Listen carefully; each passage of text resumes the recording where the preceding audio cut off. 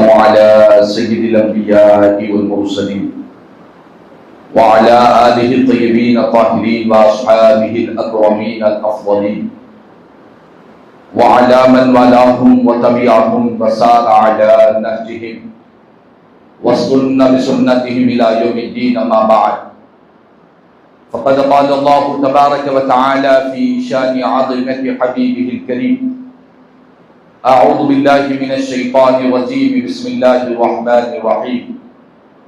إن الله وملائكته يصلون على النبي يا أيها الذين آمنوا صلوا عليه وسلموا تسليما. اللهم صل على سيدنا مولانا محمد وعلى آل سيدنا مولانا محمد وبارك وسلم صلاة وسلاما عليك يا سيدي یا حبیبی یا رسول اللہ صلی اللہ تعالی علیہ وسلم. معزز حاضر محترم سامعین کرام، آج کا دن یوم عاشوراء ہے اور ہم اور تمام یہاں ذکر امام علی مقام سید الشہداء شہید اعظم شہدائے کربلا کے سردار حضرت سیدنا امام حسین رضی اللہ تعالیٰ عنہ کے اس عظیم الشان شہادت کے اس جلسے میں شریک ہے. اللہ تبارک و تعالیٰ کا ہم تمام کو شکر ادا کرنا چاہیے کہ اللہ تعالیٰ نے مجھے اور آپ کو اور ہم سب کو ذکر حسین سننے کی اللہ نے توفیق عطا فرمائی ہے.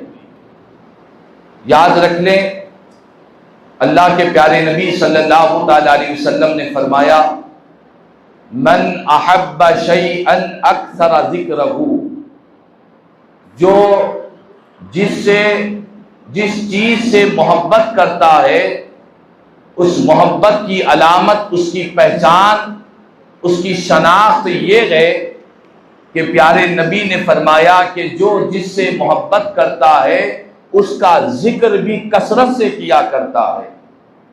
آپ اور ہم یہاں بیٹھے ہیں، ہمارا یہ بیٹھنا اور ہمارا یہ جمع ہونا یہ حسین اعظم کی محبت کی ایک علامت ہے، حسین اعظم سے پیار کی ایک پہچان ہے. ہمارے سینوں میں دھڑکنے والا جو دل ہے وہ نبی کے نواسے رسول گوشے جگر بطول امام علی مقام حضرت سیدنا امام حسین رضی اللہ تعالیٰ عنہ کی ذات سے ہمارے سینے میں عقیدت، محبت، پیار اور الفتیں ہیں. اسی لیے آپ اور ہم یہاں پر جمع ہیں اور یاد حسین اور ذکر حسین کے لیے جمع ہے. اور یہ بات یاد رکھ لیں، حسین اعظم کی جو محبت ہے، مولا حسین سے جو پیار ہے، یہ محبت اور یہ پیار کا جو فیض ہے، اس کی جو برکتیں ہیں، اس دنیا میں بھی عطا ہوتی ہے، مرنے کے بعد بھی اللہ اس کا اجر عطا فرمائے گا. دنیا میں بھی اس کی برکتیں ملتی ہے، دنیا میں بھی مولا حسین کی محبت کا صدقہ، اس کا فیض ملتا ہے، مرنے کے بعد بھی اس کا صدقہ، اس کا فیض ہمیں ضرور اللہ تعالی ہمیں عطا فرمانے والا ہے. کیسے ملے گا، کس طریقے سے ملے گا؟ ایک واقعہ آپ کو بیان کرتا ہوں، بڑا پیارا واقعہ ہے. اس واقعے سے آپ کو اندازہ لگے گا کہ حسین سے محبت یہ کوئی معمولی شے نہیں ہے، کوئی معمولی چیز نہیں ہے. اس واقعے کو سیدی محدث دکن حضرت سیدنا عبداللہ شاہ نقشبندی مجددی قادری رحمہ اللہ نے اپنی کتاب میں یہ واقعہ بیان فرمایا ہے کہ ایک مرتبہ اللہ کے پیارے نبی صلی اللہ تعالی علیہ وسلم اپنے صحابہ کرام کے ساتھ حضور مدینے کی گلیوں سے گزر رہے ہیں. میرے آقا جب مدینے پاک کی گلیوں سے گزر رہے ہیں تو حضور نے دیکھا کہ چند بچے وہاں پر کھڑے ہوئے آپس میں کھیل رہے ہیں. ان بچوں میں سے میرے آقا کریم صلی اللہ تعالی علیہ وسلم نے ایک بچے کو حضور قریب تشریف لے جاتے، اپنے دونوں دست مبارک سے میرے آقا اس بچے کو گود میں اٹھاتے ہیں اور حضور اپنے سینے سے لگاتے ہیں. نہ صرف سینے سے لگاتے ہیں بلکہ میرے آقا اپنے ہونٹ مبارک سے اس بچے کو بوسہ دینا شروع کرتے ہیں, اس بچے کو پیار کرنا شروع کرتے ہیں. حضور کی اس محبت کو, پیارے نبی کی اس شفقت کو صحابہ کرام نے دیکھا تو صحابہ کرام خوشی کے مارے بے چین ہو گئے کہ اس بچے کے مقدر پر ناز کریں. کس شان والا ہے کہ اللہ کے نبی جو سارے نبیوں کے امام ہیں, جو وجہ تخلیق کائنات ہے, وہ آقا اس بچے کو گود میں اٹھا رہے ہیں, سینے سے لگا رہے ہیں اور بوسہ دے رہے ہیں. صحابہ کرام نے جب دیکھا تو ان کی محبت کو دیکھ کر, ان کی تعجب کو دیکھ کر حضور نے فرمایا, اے میرے صحابہ, یہ جو بچہ ہے, آج میں اس بچے سے جو پیار کر رہا ہوں, یہ پیار اور محبت کا معاملہ دنیا ہی میں ختم نہیں ہوگا, دنیا ہی میں پیار اور محبت کا رشتہ ختم نہیں ہوگا, بلکہ حضور فرماتے ہیں کل قیامت کے دن میں اس بچے کی بھی شفاعت کروں گا, اس کے ماں باپ کی بھی شفاعت کروں گا, اس بچے کی بھی شفاعت کروں گا اللہ کی بارگاہ میں, اس کے والدین کی بھی شفاعت کروں گا. حضور پاک علیہ الصلوۃ والسلام سے صحابہ کرام نے عرض کیا کہ حضور آخر اس بچے کا عمل کیا ہے, کس وجہ سے, کس ریزن کیا ہے, سبب کیا ہے, آخر اس بچے کے ساتھ آپ دنیا میں بھی پیار فرما رہے ہیں اور قیامت کے دن بھی شفاعت فرمانے والے ہیں, اس کی بھی شفاعت کریں گے, اس کے والدین کی بھی. آقا بات کیا ہے, یہ بچہ کتنی نمازیں پڑھا ہے, کتنے روزے رکھا ہے, کتنے حج کیا ہے, کتنے سجدے کیا ہے, آخر اس نے ایسا کون سا عمل کیا, قربان جائے. میرا آقا کریم صلی اللہ علیہ وسلم نے فرمایا کہ اے میرے صحابہ, یہ جو بچہ ہے جس سے میں پیار کر رہا ہوں, اس کی وجہ کیا ہے, اس کا ریزن یہ ہے کہ یہ بچہ میں نے ایک مرتبہ دیکھا تھا کہ یہ بچہ میرے بیٹے حسین کے ساتھ کھیل رہا تھا, حسین کے ساتھ کھیل رہا تھا, بس حسین کے ساتھ کھیلنا, حسین کے دل سے وابستگی رکھنا مجھے اتنا پسند آ گیا, اتنا پسند آ گیا کہ آقا فرماتے ہیں کل بروز محشر میں اس کی بھی شفاعت کروں گا, اس کے ماں باپ کی بھی شفاعت کروں گا. تو حسین کے ساتھ کھیلنے والے بچے کے ساتھ حضور کی اتنی شفقت ہے, حسین کا ذکر کرنے والوں کے ساتھ کتنا پیار نہیں ہوگا, حسین کی محبت رکھنے والوں کے ساتھ حضور کتنی قیامت کے دن کتنی شفاعت نہیں فرمائیں گے. اسی لیے کہتے ہیں رسول پاک علیہ الصلوۃ والسلام نے فرمایا اللہ کی بارگاہ میں, اے اللہ جو حسین سے محبت رکھتا ہے اللہ تو بھی اس سے محبت فرما دے, جو حسین کو دوست رکھتا ہے مولا تو بھی اس کو دوست بنا دے, اور جو حسین سے بغض رکھتا ہے اللہ تو بھی اس سے ناراض ہو جا. تو معلوم یہ ہوا کہ حسین اعظم یہ وہ نواسۂ رسول ہے جن کو میرا آقا کریم صلی اللہ علیہ وسلم نے دنیا ہی میں فرمایا کہ حسن اور حسین یہ جنتی جوانوں کے سردار ہے, اللہ نے انہیں جنت کی جوانوں کی سرداری اللہ نے ان کو عطا فرمائی ہے. تو آج مولا حسین کربلا کے میدان میں, آج ہی کی تاریخ کی عاشورے کا دن تھا, میرے حسین کربلا کے میدان میں جب تشریف لے گئے تو کربلا کے جو واقعے جو کربلا ہے اس کے بارے میں علماء مورخین نے بیان کیا کہ یہ صرف کوئی واقعہ نہیں ہے, کربلا کوئی ایک سانحہ نہیں ہے, بلکہ کربلا ایک درسگاہ ہے, کربلا ایک درسگاہ ہے. یہاں سے ایک ایسے ہر دور میں ہر زمانے میں لوگوں نے اس سے درس اور سبق حاصل کیا ہے. اپنے تو اپنے ہیں, غیروں نے بھی کربلا سے سبق حاصل کیا ہے, کافروں نے بھی کربلا سے سبق حاصل کیا. دنیا کے بڑے بڑے حکمرانوں نے کہا کہ ہم نے جب باطل سے جب مقابلے کی بات آئی، جب ظالموں سے ٹکرانے کی بات آئی، جب ظالم طاقتور ہے، باطل قوت والا ہے، ساز و سامان والا ہے، ایسے مرحلے میں اگر ہم نے کسی سے سبق حاصل کیا ہے دشمن سے، باطل سے ٹکرانے کا، تو ہم نے مولا حسین کے کربلا سے سبق حاصل کیا ہے۔ حسین اعظم نے صبح قیامت تک ایسی مثال پیش کی، دنیا کے سامنے ایسا نمونہ پیش کیا کہ صبح قیامت تک جتنے انسان آتے رہیں گے کربلا سے سبق حاصل کرتے جائیں گے۔ کربلا سے سبق حاصل کرنے والوں میں مسلم بھی ہے، غیر مسلم بھی ہے، وقت کے اولیاء ہے، وقت کے غوث ہے، قطب ہے، ابدال ہے۔ کربلا سے سبق حاصل کرنے والوں میں محدثین ہے، فقہا ہے، اللہ کے نیکوکار بندے ہیں، مسلم بھی ہے، غیر مسلم بھی ہے، جنہوں نے کربلا سے سبق حاصل کیا ہے۔ اور کربلا سے سبق کون سا ملتا ہے؟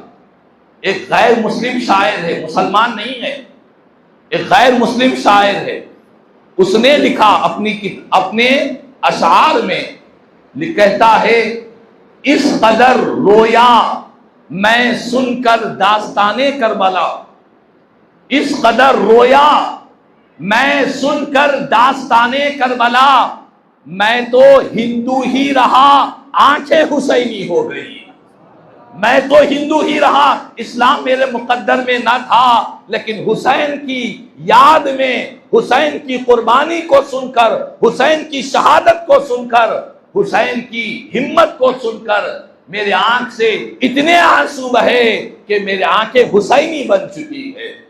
تو معلوم یہ ہوا کہ کربلا یہ اپنوں نے نہیں، غیروں نے بھی اس سے سبق حاصل کیا، اپنوں نے اور غیروں نے ہر دور میں کربلا سے سبق حاصل کیا ہے۔ اور ایک بات بتلاؤ، کربلا میں امام حسین جو شہید ہوئے، آپ کی شہادت کو دیکھ کر بعض لوگوں کا خیال آ گیا کہ دیکھو کربلا میں حسین مجبور تھے، نعوذ باللہ، کربلا میں حسین اپنے آپ کو، اپنے بچوں کو بچا نہ سکے، اور بعض نادانوں نے آگے بڑھ کر کہا کہ کربلا میں حسین کے نانا نے بھی حسین کو نہیں بچا سکے، استغفر اللہ۔ لیکن اس غلط فہمی کو دور کی جائے، میرے حسین نہ مدینے کی گلیوں میں محتاج تھے، مجبور تھے، نہ کربلا میں مجبور تھے۔ حسین مدینے پاک میں، کربلا میں مجبور نہیں تھے۔ اگر مولا حسین چاہتے اور کربلا میں کامیابی اور دشمنوں سے نیست و نابود کرنا چاہتے تو مولا حسین کی شان تو بہت بلند ہے، ننھے علی اصغر بھی کربلا کے رخ کو تبدیل کر سکتے تھے، 6 ماہ کے علی اصغر بھی کربلا کے رخ کو تبدیل کر سکتے تھے۔ لیکن ہوا کیا؟ ماجرا کیا ہے؟ ماجرا یہ ہے کہ اللہ کے فیصلے پر راضی رہنا، خدا کے فیصلے پر راضی رہنا، یہ سبق حسین نے کربلا سے ان کو دیا ہے۔ اور آپ کو ایک اہم بات بتلاؤ، یہ جو کربلا کا واقعہ ہوا کوئی اتفاقی واقعہ نہیں ہوا، بلکہ مولا حسین کی پیدائش کے ساتھ ہی، آپ کی ولادت کے ساتھ ہی یہ بات بتلا دی گئی کہ کربلا میں نواسہ رسول کو شہید کیا جائے گا، نواسہ رسول کو شہید کیا جائے گا۔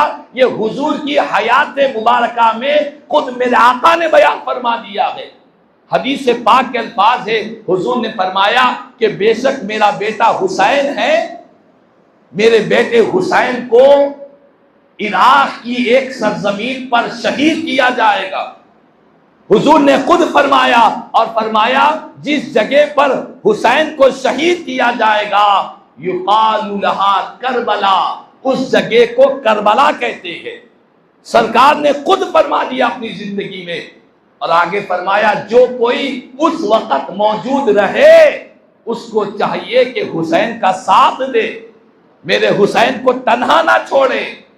تو کربلا کیا جو واقعہ ہونے والا ہے، مولا حسین کی جو شہادت ہونے والی ہے، اس بات کی اطلاع سرکار کی حیات مبارکہ ہی میں مل گئی۔ مولا مشکل کشا بھی جانتے تھے، خاتون جنت بھی جانتی تھی، سارے نبی کے صحابہ کو معلوم تھا کہ حسین کو شہید کیا جائے گا، لیکن کسی ایک حدیث میں یہ نہیں ملتا کہ حضور نے اللہ کی بارگاہ میں دعا کی کہ اے اللہ حسین کو کربلا میں شہید ہونے سے بچا لے۔ میرے آقا نے کبھی دعا نہیں فرمائی، نہ مولا مشکل کشا نے دعا کی، نہ خاتون جنت سیدہ کائنات سیدہ طیبہ طاہرہ عابدہ زاہدہ ساجدہ سیدۃ نساء اہل الجنہ، نہ حضرت فاطمہ الزہرا رضی اللہ تعالی عنہا مولا حسین کی امی جان نے یہ دعا نہیں کی کہ اللہ حسین کو کربلا میں شہید ہونے سے بچا لے، نہ خود مولا حسین نے دعا کی کہ اللہ مجھے شہید ہونے سے بچا دے، کسی نے دعا نہیں کی۔ دعا کی ہے تو کیا دعا کی؟ دعا یہ کی ہر ایک نے اللہ حسین کو صبر عطا فرما، حسین کو اجر عطا فرما۔ ہر ایک نے صبر کی دعا مانگی، ہر ایک نے اجر کی دعا مانگی کہ اللہ حسین کو صبر عطا فرما۔ تو معلوم یہ ہوا کہ کربلا کا جو واقعہ ہوا یہ کوئی اتفاقی واقعہ نہیں، پہلے سے اس بات کی اطلاعیں تھی، لیکن اللہ کے فیصلے پر راضی رہنے کا جو مقام ہے، مولا حسین کا جو پوزیشن ہے، جو رتبہ ہے، وہ اتنا بلند ہے، اتنا بلند ہے، اتنا اونچا ہے کہ اس مقام پر پہنچ کر بندے کو صرف اللہ کے فیصلے پر راضی رہنا چاہیے۔ خدا کا جو فیصلہ ہے بندہ مرضی مولا پر راضی برضائے مولا ہو جائے کہ مولا جس میں تو راضی ہے اس میں بندہ بھی راضی ہے۔ اس کو کہتے ہیں کربلا کا راز، کہ راضی برضائے مولا، مولا کے فیصلے پر راضی ہونا۔ اور اللہ کا فیصلہ کیا ہے؟ اللہ کا فیصلہ یہ ہے کہ جو بندہ جتنا اللہ کے قریب ہوتا ہے، جو بندہ جتنا اللہ کا پیارا ہوتا ہے، اللہ کا محبوب ہوتا ہے، اللہ اسے ہی آزمائشوں میں مبتلا کرتا ہے۔ یہ خدا کا فیصلہ ہے۔ دنیا والے کسی کو قریب کرتے ہیں تو اپنے محبوب کو راحتیں دیتے ہیں، اپنے محبوب کو تکلیفوں سے بچاتے ہیں، لیکن اللہ کا جو قانون ہے، خدا کا جو فیصلہ ہے وہ سب سے جدا ہے۔ وہ جس سے پیار کرتا ہے اسے ہی آزمائشوں میں مبتلا کر دیتا ہے۔ اسی لیے ایک اللہ کے بزرگ، اللہ والے بزرگ نے اللہ سے دعا کی ہے، اللہ دنیا والے اپنے محبوبوں کو راحت پہنچاتے ہیں اور تو آزمائش میں ڈالتا ہے، تکلیف میں ڈالتا ہے۔ تو اللہ کی طرف سے آواز آئی کہ اے بندے خدا، یقیناً یہ ہمارے رازوں میں کا ایک راز ہے، یہ ہمارے فیصلوں میں کا ایک فیصلہ ہے۔ ہم جس سے پیار کرتے ہیں اسے دنیا کی مصیبتوں میں، تکلیفوں میں، آزمائشوں میں، امتحانات میں ڈال دیتے ہیں۔ کیوں ڈالتے ہیں؟ تو فرمایا اسی لیے جو میرا ہوتا ہے وہ سب سے کٹ کر وہ صرف میرا ہی ہو جاتا ہے، وہ سب سے جدا ہو کر وہ صرف میرا ہی ہوتا ہے، اور میں چاہتا ہوں جو میرا ہے وہ سب سے کٹے اور وہ صرف میرا ہی ہو جائے، اسی لیے آزمائشوں میں ڈالتا ہوں۔ اسی لیے رسول پاک علیہ السلام نے فرمایا، حضور فرماتے ہیں کہ لوگوں میں سب سے بڑھ کر اگر کسی جماعت کو تکلیف ملی، اذیت ملی ہے، کس کو ملی؟ میرا آقا فرماتے ہیں نبیوں کو ملی ہے۔ کیوں؟ انبیاء کرام سب سے زیادہ اللہ کے محبوب ہوتے ہیں، اور حضور فرماتے ہیں سارے نبیوں میں، سارے رسولوں میں سب سے بڑھ کر اگر کسی نبی کو آزمائش میں ڈالا گیا ہے تو آقا فرماتے ہیں وہ میری ذات بابرکت ہے۔ کیوں؟ اسی لیے میں اللہ کا محبوب ہوں۔ اسی لیے کہا حضرت محدث دکن رحمۃ اللہ تعالی علیہ فرماتے ہیں کہ حضرت آدم علیہ السلام کے بیٹے کو جب قتل کیا گیا، قابیل نے اپنے بھائی حابیل کو قتل کیا۔ قتل ہونے کے بعد حضرت آدم علیہ السلام آرام فرما رہے تھے، خواب میں ان کو دکھایا گیا کہ ان کے بیٹے کو حابیل کو قتل کر دیا گیا۔ وہ انتہائی تکلیف سے اٹھے اور حضرت جبریل امین نے کہا کہ آپ کے بیٹے نے اپنے بھائی کو قتل کر ڈالا تو آپ فوراً جاتے ہیں قبرستان کو، جا کر دیکھتے ہیں تو حضرت حابیل جن کو قتل کیا گیا ہے ان کے چہرے کو لیتے اور حضرت آدم علیہ السلام اسے بوسہ دینے لگتے. بیٹے کا سر خون سے آلود ہے، آپ بوسہ دے کر سینے سے لگاتے ہیں اور رونے لگتے ہیں اللہ کی بارگاہ میں. حضرت محدث ذکر فرماتے ہیں کہ دیکھو آدم علیہ السلام کا جو غم تھا یقیناً بہت بڑا غم تھا. یقیناً انہوں نے اپنے بیٹے کو قتل کے بعد ان کو اطلاع ملی تو وہ بے چین ہو گئے، تکلیف میں مبتلا ہو گئے. لیکن آگے حضرت محدث ذکر فرماتے ہیں حضرت آدم علیہ السلام کو جو غم ملا حابیل کے قتل ہونے پر، اس سے بڑا غم، اس سے بڑی تکلیف، اس سے بڑی آزمائش اللہ نے رسول پاک علیہ السلام کو حسین کی شہادت کی جو خبر دی ہے، یہ اس سے بڑا غم ہے، یہ اس سے بڑی تکلیف ہے. کیوں؟ فرماتے ہیں کہ ایک واقعہ ہونے کے بعد، کوئی تکلیف کا واقعہ ہوا، اس کے بعد اگر انسان کو پتا چلا تو اس کو اتنی تکلیف نہیں ہوتی جتنا واقعہ ہونے سے پہلے انسان کو پتا چل جائے.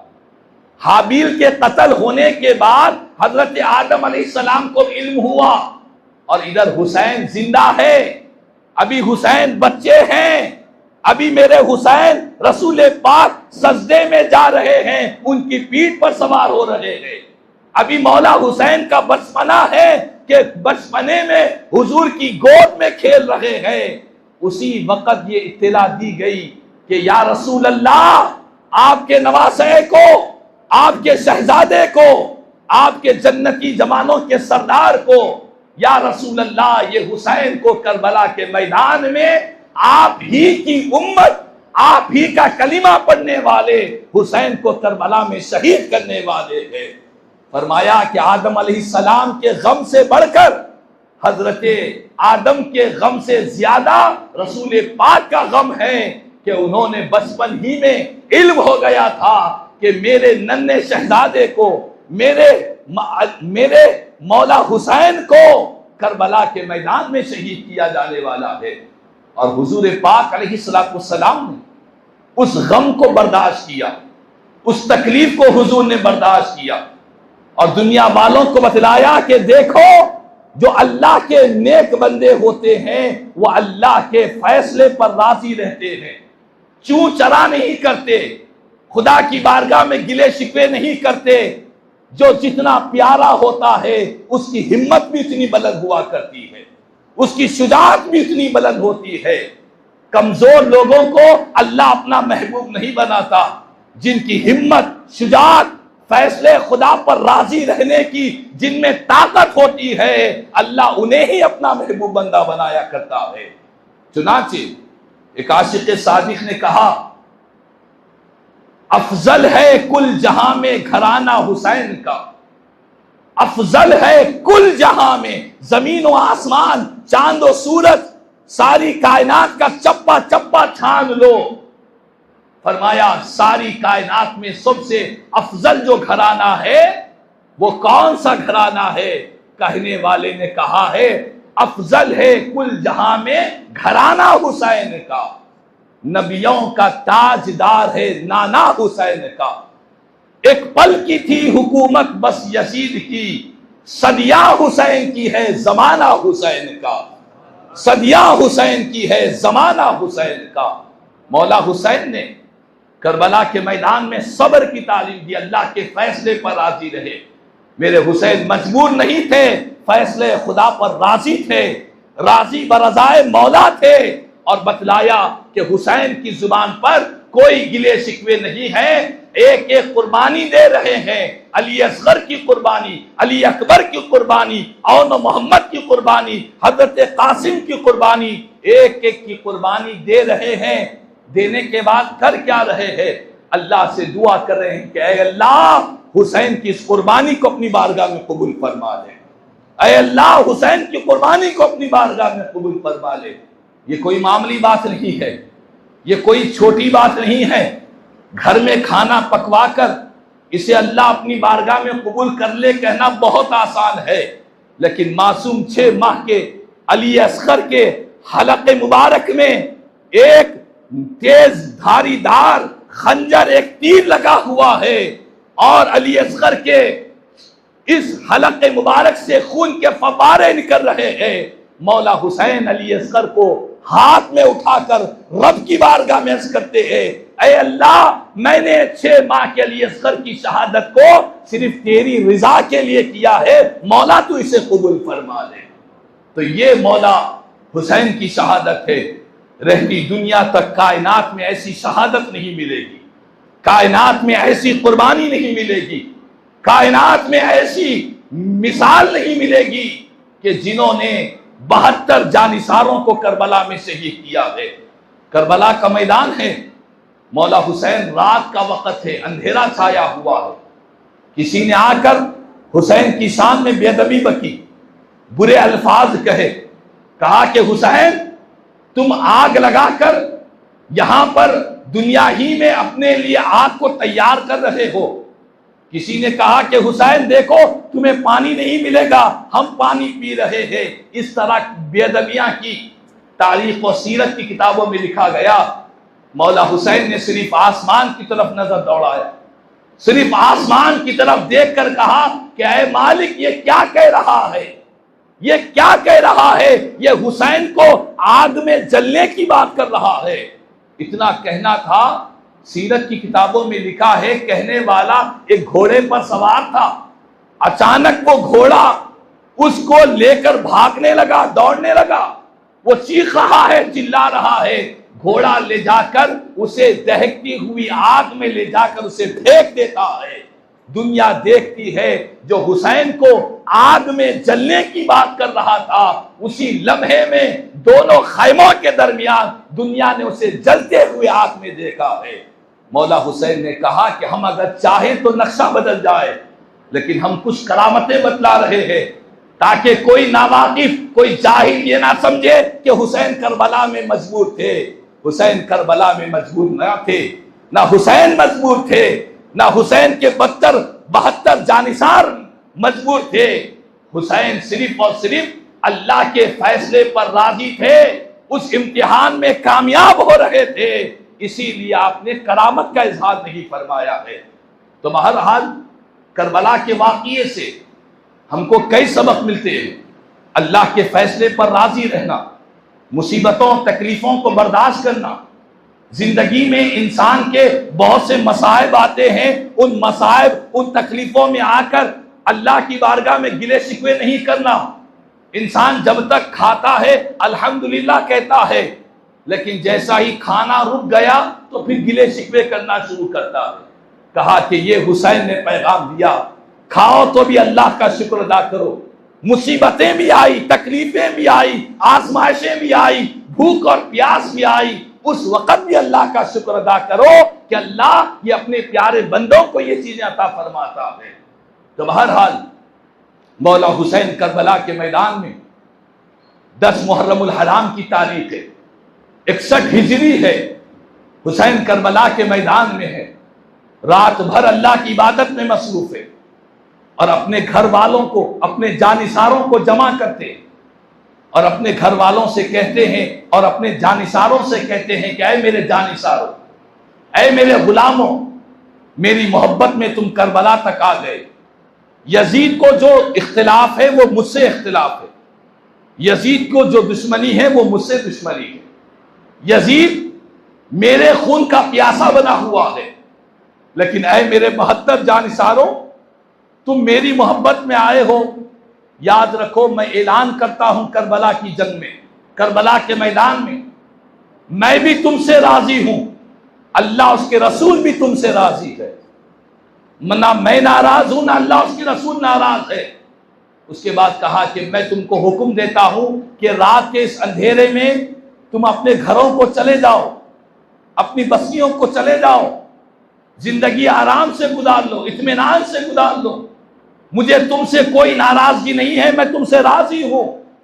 اس کے بعد مولا حسین نے کہا کہ اگر تمہیں جانے میں شرم محسوس ہو رہی ہے، حیا آ رہی ہے کہ کیسے جائیں، تو فرمایا میں اپنے چراغ کی بتی کو بجھا دیتا ہوں، اندھیرا کر دیتا ہوں، اندھیرے میں چلے جاؤ۔ اس کے بعد کربلا میں مولا حسین کی بارگاہ میں آپ کے جو جانثار تھے وہ کوئی کچے پکے جانثار نہیں تھے، ڈاماڈول نہیں تھے، وہ بڑے پختے چاہنے والے تھے، وہ بڑے سچے پیروکار تھے۔ انہوں نے کہا کہ اے حسین، کربلا کے میدان میں آپ ہمیں جانے کا حکم دے رہے ہیں، اگر ہم یہاں سے جائیں گے تو کب تک دنیا میں رہیں گے؟ کب تک دنیا میں رہیں گے؟ کتنے دن رہیں گے؟ ایک نہ ایک دن جب اس دنیا سے چھوڑ کر جائیں گے، قبر کے گڑھے میں جائیں گے، اے حسین تمہارے نانا کے چہرے کو دیکھ کر کیا جواب دیں گے؟ نانا کے سامنے کھڑے ہونا ہے، ہم انہیں کیا جواب دیں گے؟ فرمایا حسین تمہارے بغیر ہماری زندگی نامکمل ہے۔ اور ایک کہنے والے نے کہا کہ اے حسین اگر یہ دنیا ہمیشہ کی ہوتی اور یہ زندگی کبھی ختم ہونے والی بھی نہ ہوتی، قسم بخدا حسین تمہارے بغیر ہم ایک لمحہ بھی جینا پسند نہیں کرتے، ایک لمحہ بھی جینا پسند نہیں کرتے۔ کہا کہ اے مولا حسین آپ ہمیں جانے کے لیے اصرار نہ کیجئے، یقیناً آپ کی شہادت ہونے والی ہے، لیکن مولا حسین آپ کی شہادت سے پہلے ہم غلام اپنی شہادتوں کو پیش کریں گے، ہم وفادار اپنی وفاداریوں اور اپنی عقیدتوں کا نذرانہ پیش کریں گے۔ مولا حسین آپ ہمیں جانے کے لیے اصرار نہ کیجئے۔ میرے حسین نے ان کو دیکھ کر بہت خوشی ہوئی، اللہ کی بارگاہ میں دعا کی کہ اے اللہ انہوں نے آج میری غلامی اور وفاداری کا اظہار کیا ہے، مولا بروز محشر بھی انہیں میرے ساتھ میں جمع فرما دینا۔ اس کے بعد حسین اعظم کی رات کے وقت میں شہادتوں کا سلسلہ شروع ہوا۔ ماشاءاللہ ہمارے حیدرآباد کے اور ہمارے محلے کے حضرت علامہ مولانا سید معین الدین قادری شفیع صاحب مدد اللہ العالی انتہائی مصروفیت کے باوجود بھی تشریف لائیں، حضرت کے لیے ایک مرتبہ آپ سب درود پاک پڑھ لیں، اللہم صلی علی سیدنا مولانا محمد وعلی آل سیدنا مولانا محمد وبارک وسلم صلاۃ و سلام علیک یا سیدی یا حبیبی یا رسول اللہ صلی اللہ تعالی علیہ وسلم۔ الحمدللہ آج ماہ محرم کی 10 تاریخ ہے اور الحمدللہ ہمارے حضرت مولانا سید معین الدین قادری شفیع صاحب جن کی خدمات مسجد حاضہ میں کافی سال سے الحمدللہ جاری و ساری ہے، حضرت کا بھی ایک مختصر سا خطاب ہمیں سماعت کرنا ہے۔ بس ایک کربلا کے اس واقعے کو، جس واقعے کو حضرت محدث دکن نے بیان فرمایا، فرماتے ہیں کہ کربلا کے میدان میں جب مولا حسین عاشورے کی رات گزار دیے، عاشورے کی رات گزارنے کے بعد جب صبح کا وقت آیا، مولا حسین نے کربلا میں نماز فجر ادا فرمائی۔ نماز فجر کے بعد شہادتوں کا سلسلہ جاری ہوا۔ یہ کے بعد ایک ایک شہادت کربلا کی، ایک ایک شہادت کے واقعے کو اگر ہم سنیں گے، ایک ایک شہادت کا اگر ہم تذکرہ سنیں گے، یقین جانیں جس کے قلب میں ذرہ برابر بھی انسانیت زندہ ہے، ایمان کی بات نہیں کر رہا ہوں، ایمان تو بہت بلند ہے، بہت اعلیٰ ہے، انسانیت بھی اگر کسی کے اندر زندہ ہے، ہر انسان کا دل تڑپ اٹھے گا اس دردناک واقعے کو سن کر، اس المناک سانحے کو سن کر ہر ایک انسان کا دل تڑپ اٹھے گا کہ یہ کیسے جانثار تھے، یہ نبی کے کیسے گھر والے تھے جنہوں نے کربلا کے میدان میں دین کے خاطر، اسلام کی خاطر، ایمان کی خاطر، دین کو ہم تک پہنچانے کے لیے انہوں نے کیسی کیسی قربانیاں پیش کی ہے۔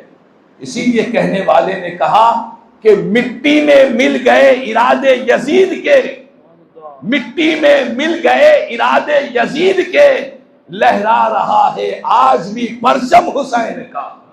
حسین کا جو پرچم ہے شہادت کے بعد بھی، حسین کا پرچم آج بھی لہرا رہا ہے، کل قیامت کے دن بھی حسین کا پرچم لہراتا رہے گا۔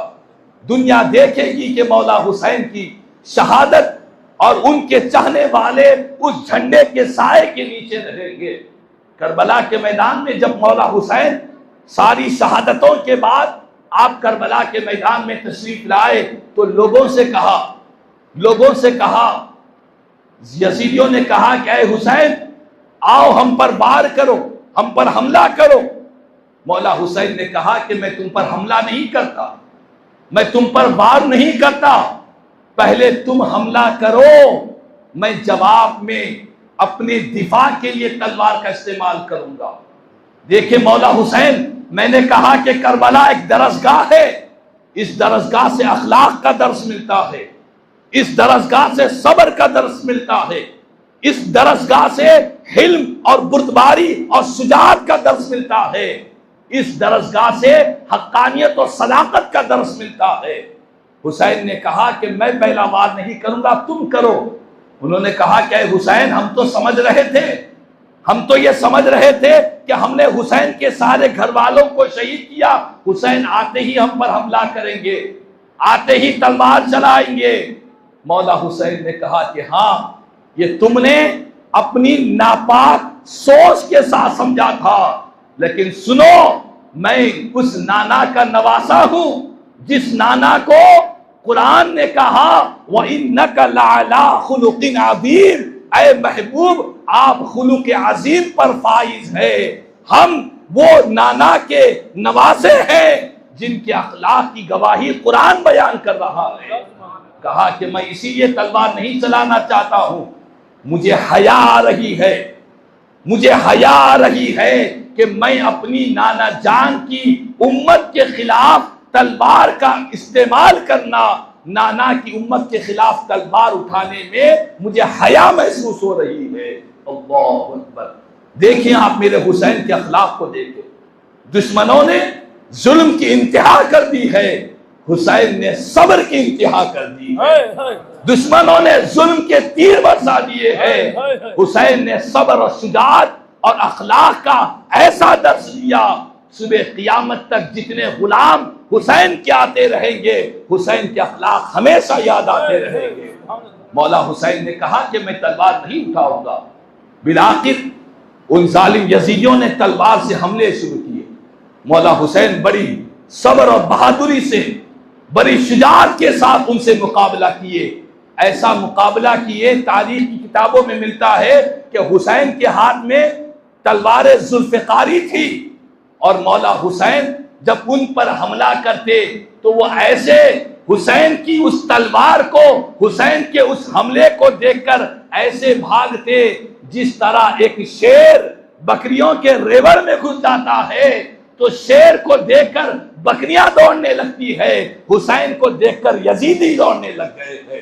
مولا حسین نے ایسی بہادری کی، ایسی بہادری کی، اور ایسے ظالموں کو، یزیدیوں کو فنار کیا، آگ کے اندر ان کو داخل کیا، یہاں تک کہ حسین کے اس حملے کو دیکھ کر، حسین کی شہادت کو دیکھ کر، حسین کے اس حوصلے کو دیکھ کر یزیدیوں نے آپس میں کہا اگر ہم ایسا کچھ لوگ جا کر حسین سے مقابلہ کریں گے، قسم بخدا ایسا محسوس ہوتا ہے کہ اس حیدری تلوار کا ہم مقابلہ نہیں کر سکیں گے، شبیہ رسول کا ہم مقابلہ نہیں کر سکیں گے، جنتی جوانوں کے سردار کا مقابلہ نہیں کر سکیں گے۔ انہوں نے آپس میں پلاننگ کی، منصوبہ بندی کی کہ ہم چاروں طرف سے حسین پر تیروں کے وار کریں گے۔ حسین کو چاروں طرف سے گھیر لیا گیا، میرے حسین گھوڑے پر سوار ہے، چاروں طرف سے تیروں کی برسات ہونے لگی، نیزوں کی برسات ہونے لگی۔ مولا حسین کے جسم مبارک پر اتنے تیر کے زخم تھے، اتنے تیر کے زخم تھے، مورخین لکھتے ہیں ان زخموں کو کوئی گن بھی نہیں سکتا ہے، اتنی تکلیفیں حسین اعظم کو دی گئی۔ الغز جب تیروں کی برسات ہونے لگی، مولا حسین گھوڑے پر سوار ہے، گھوڑے سے نیچے تشریف لائے، اور کہنے والوں نے اس طریقے کو دیکھ کر کہا کہ جس وقت حسین گھوڑے سے تیروں کے زخم کو لے کر جب گھوڑے سے زمین پر تشریف لا رہے تھے، ایسا دکھ رہا تھا جیسے ایک قرآن ریحان سے نیچے آ رہی ہے۔ اللہ اکبر۔ جس طرح ایک معظم قرآن اللہ کی کتاب ایک رہاز سے نیچے آتے وقت دل جیسا تڑپتا ہے، بے چین ہوتا ہے۔ حسین جس وقت گھوڑے سے تلواروں اور تیروں کے زخم سے زمین پر آ رہے تھے، ساری زمین ہل رہی تھی، کعبے کے در و دیوار رو رہے تھے، آسمان سے خون کی بارش ہو رہی تھی، ساری زمین و آسمان کے سارے فرشتے بے چین ہے۔ مولا یہ تیرا کیسا امتحان ہے، مولا یہ تیرا کیسا فیصلہ ہے، یہ نبی کے شہزادے ہے، یہ نواز رسول ہے، یہ جنتی جوانوں کے سردار ہے، جن کے نانا کی وجہ سے ساری کائنات کو سجایا گیا ہے۔ آج اس نانا کے نواسے دشمنوں کے سامنے تیر کے زخموں سے چور ہو کر گھوڑے سے زمین پر تشریف لا رہے ہیں۔ ساری کائنات ہل رہی ہے، زمین و آسمان کانپ رہے ہیں، آسمان سے خون کی بارش برس رہی ہے۔ جہاں سے کوئی پتھر اٹھایا جاتا، پتھر کے نیچے سے تازہ تازہ خون نکل رہا ہے۔ میرے حسین کی شہادت ایسی دردناک، ایسی المناک شہادت کہ جس وقت آپ زمین پر تشریف لائے، ایک ظالم جس کا نام شمر لعین تھا، شمر لعین نے مولا حسین کے سینے پر بیٹھ گیا اور حسین کے حلق پر چھری چلانے لگا، حسین کے حلق پر چھری چلانے لگا، لیکن چھری نہیں چل رہی ہے، اس کا خنجر نہیں چل رہا ہے۔ میرے حسین نے کہا کہ اے ظالم، تو حسین کے حلق پر چھری چلانا چاہتا ہے، حسین کے حلق پر دنیا کی کوئی چھری چل نہیں سکتی۔ کیوں؟ فرمایا یہ حلق وہ حلق ہے جہاں حسین کے نانا بوسہ لیا کرتے تھے، حسین کے نانا بوسہ لیتے تھے، جہاں پر مصطفیٰ کے لب لگ گئے، قسم بخدا وہاں پر چھری نہیں چل سکتی ہے۔ مولا حسین نے کہا کہ ظالم اگر شہید کرنا چاہتا ہے، کہا کہ کیا دن ہے؟ کہا جمعہ کا دن ہے۔ کہا وقت کیا ہو رہا ہے؟ کہا جمعہ کا وقت ہو رہا ہے۔ کہا افسوس ہے تجھ پر، ملعون ہے تو، افسوس ہے تیرے مقدر پر، آج جمعہ کا دن ہے، خطیب ممبر پر کھڑا ہو کر میرے نانا کا خطبہ پڑھ رہا ہے، اور افسوس تو اس نانا کے نواسے کے سینے پر سوار ہو کر اس کے حلق کو کاٹنا چاہتا ہے، افسوس ہے تجھ پر۔ اس کے بعد کہا کہ ظالموں 2 رکعت نماز ادا کرنا ہے۔ میرے حسین نماز کے لیے کھڑے ہو گئے، پہلی رکعت شروع کر دی، اور علماء کہتے ہیں کہ مولا حسین اس وقت بھی تیمم فرمائے، تیمم فرما کر آپ نماز کے لیے کھڑے ہوئے۔ جب نماز شروع ہوئی، سارے یزیدی انتظار میں ہیں کہ حسین کب سجدے میں جائیں گے، سب تلواروں کو چمکا رہے ہیں، سب تلواروں کو لے کر انتظار میں ہے کہ حسین سجدے میں جائیں گے تو ہمیں اپنا مقصد میں کامیابی ملے گی۔ لیکن ایک عاشق نے اس منظر کو دیکھ کر کہا، نہ مسجد میں، نہ بیت اللہ کی دیواروں کے سائے میں، نہ مسجد میں، نہ بیت اللہ کی دیواروں کے سائے میں، نماز عشق ادا ہوتی ہے تلواروں کے سائے میں۔ میرے حسین نے نماز عشق ادا فرمائی، بتلایا کہ دیکھو نماز اس کو کہتے ہیں۔ قرآن بار بار کہہ رہا ہے اقیم الصلاۃ، نماز پڑھو، اقیم الصلاۃ، نماز پڑھو۔ قرآن بار بار نماز کی تلقین کر رہا ہے، مصطفیٰ بار بار نماز کا ذکر کر رہے ہیں۔ قرآن اور حدیث کا اگر عملی نمونہ دیکھنا ہو، اس تھیوری کو دیکھ کر اگر پریکٹیکل دیکھنا ہو تو حسین کے سجدے کو دیکھ لیا کرو۔ مولا حسین نے بتلایا کہ قرآن پر عمل کرنا ہو تو کربلا والوں سے سیکھو، قرآن کے سجدوں کو سمجھنا ہو تو کربلا والوں سے سیکھو۔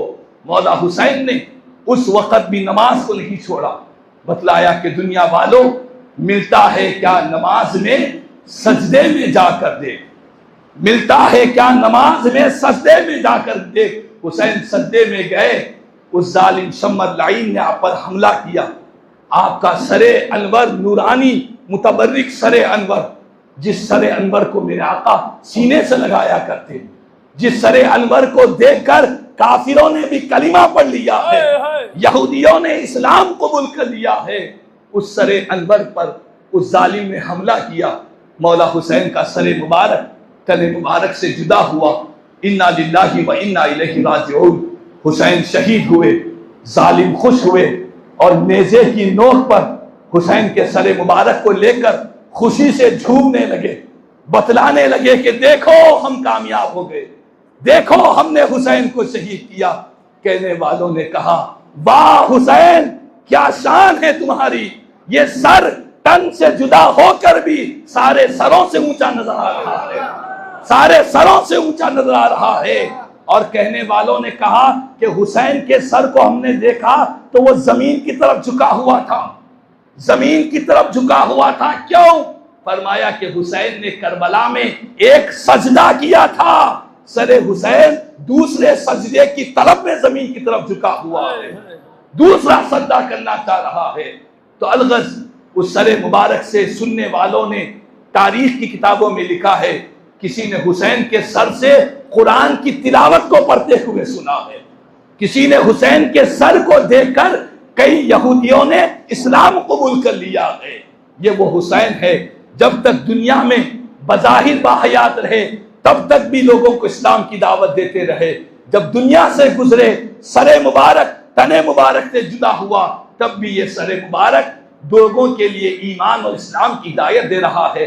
الغرض دوستو، آج کربلا کا دن ہمارے لیے یہ پیغام دے رہا ہے کہ نبی کے نواسے یہ شہدائے کربلا کے میدان میں اپنی جان کا نذرانہ پیش کیے ہیں تو کس لیے کیے ہیں؟ نہ مال کے لیے، نہ دولت کے لیے، نہ اقتدار کے لیے، نہ حکومت کے لیے، نہ سلطنت کے لیے۔ دنیا کی کوئی حقیقت، کوئی حیثیت مولا حسین کے قدموں کی دھول تک بھی نہیں پہنچ سکتی۔ حسین نے کربلا میں جو قربانی دی ہے، اپنی جان کا نذرانہ پیش کیا ہے، کیوں کیا ہے؟ ہم سے نہ پوچھو۔ اس ہندوستان کی سب سے عظیم بارگاہ خواجہ خواجگاہ سلطان الہند عطائے رسول حضرت خواجہ غریب نواز فرماتے ہیں شاہ است حسین، بادشاہ است حسین، دین است حسین، دین پناہ است حسین۔ مطلب کیا ہے؟ میرے غریب نواز فرماتے ہیں حسین شاہ بھی ہے، حسین بادشاہ بھی ہے، حسین دین بھی ہے، دین کو پناہ دینے والے بھی حسین ہے۔ تو حسین کربلا میں دین کے لیے، اسلام کے لیے، نانا کے دین کے لیے آپ نے جام شہادت نوش کیا۔ میں یہیں پر اپنی گفتگو کو سمٹوں گا اور ہمارے ہر دل عزیز حضرت مولانا سید معین الدین قادری صدفی صاحب ایک مختصراً آج کے واقعے کربلا کا پیغام اپنے مختصر انداز میں بیان کریں گے۔ اللہ تعالیٰ سے دعا ہے کہ اللہ تعالیٰ ہمارے اس بیٹھنے کو، سننے کو اپنی بارگاہ میں قبول فرما لے۔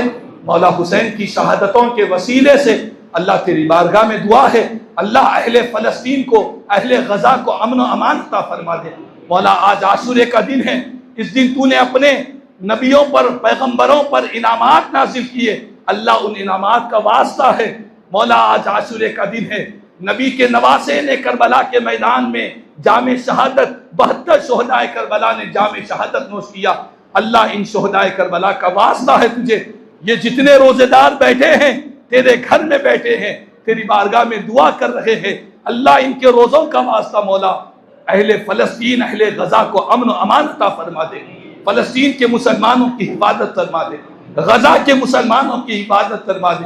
مولا آئے دن روزانہ وہاں پر سینکڑوں کی تعداد میں کئی مسلمان، بچے، جوان، بوڑھے، عورتیں، بڑے بڑے لوگ وہاں سے شہید ہو رہے۔ مولا ان کی زندگیاں بڑی تکلیفوں میں گزر رہی ہے۔ مولا تجھے واسطہ ہے، شہید اعظم کا واسطہ ہے، حسین اعظم کا واسطہ ہے۔ مولا فلسطین کے مسلمانوں پر رحم فرما دے، غزہ کے مسلمانوں پر رحم فرما دے، وہاں کے مظلوم مسلمانوں کی غیب سے مدد فرما دے۔ اللہ عالم اسلام کے تمام مسلمانوں کی جان، مال، عزت، آبرو اور ایمان کی حفاظت عطا فرما۔ جو کچھ بھی کہا ہے، سنا ہے، اللہ کہنے سننے سے زیادہ مجھے اور ہم تمام کو عمل کی توفیق عطا فرما۔ آمین ثم آمین۔ الحمدللہ رب العالمین وما علینا الا البلاغ المبین۔